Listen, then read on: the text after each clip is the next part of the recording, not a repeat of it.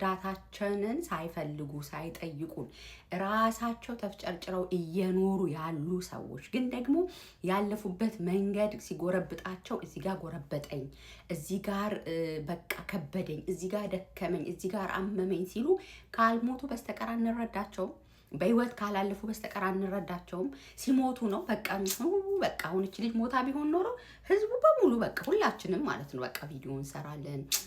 ልጇን ሳታሳድግ አንድ ፍሬ ሊጥላ ሄደች እንላለን።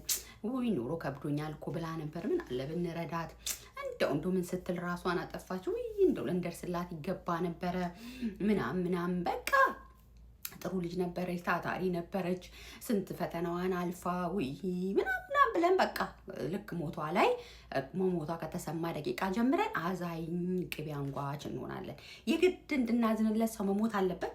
የግድ እንድንራራለት ሰው መሞት አለበት። የግድ ሰፖርት እንድናረገው ሰው መሞት አለበት።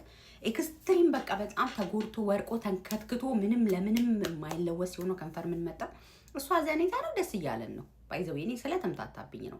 ደስ እያለን ነው መሰለኝ፣ እሰያለን ነው መሰለኝ። የእውነቴን እኮ ነው እንጂ መርዳት ከሆነ የምንፈልገው እውነትም እንደምንባለው ለሰው ደራሽ መሆን የምንፈልግ ከሆነ አጋዥ መሆን የምንፈልግ ከሆነ የወደቁትን ማንሳት ከሆነ አላማችን እንደተባለው ኢትዮጵያውያን ፍቅር ነን እንደምንባባለው እርስ በርስ የምንደጋገፍ ነን እንደምንባባለው እህቴ ሴቶች ለምን ተጠቁ ለምን ተነኩ ብለን እንደምንለው ለመደጋገፍ ለመነሳሳት ከሆነ እኮ በቃ እኮ ይኸውናች ሴት እኮ ምንም እኮ አላለችም፣ እርዱኝም አላለችም፣ አግዙኝም አላለችም።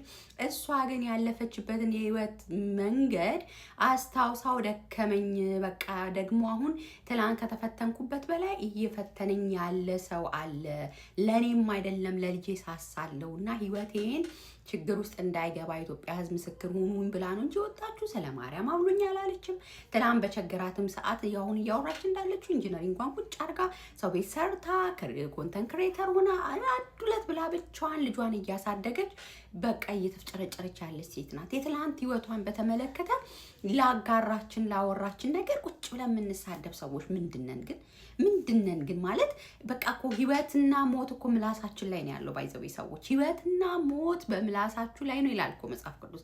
ምንድነው የምንራገመው? ምን ልናገኝ ነው? ሄደን ኮመንት ስር ቁጭ ብለን በቃ ልጅሽ ላይ እንደዚህ ይሁን፣ አንቺም እንደዚህ ሆንሽ፣ እንደዛ ይሁን ምንድነው የምታገኙት? እኔ ማለት ምንም ፖይንቱ እየገባኝ አይደለም። አይ ኖ ኮንተንት ክሬት ልናረግ አደባባይ ላይ ስንወጣ ስድብም ምርቃትም አድናቆትም ጭብጨባም ወቀሳም ሊያጋጥመን እንደሚችል አምነን መውጣት አለብን። ግን ቁጭ ብላችሁ ሰው የምትራገሙ ሰዎች፣ ቁጭ ብላችሁ የምትሳደቡ ሰዎች፣ በግድ ኮንተንቴ ይሁልኝ፣ በግድ የፖስትኩትን አንብቡልኝ፣ በግድ የለጠፍኩትን ቪዲዮ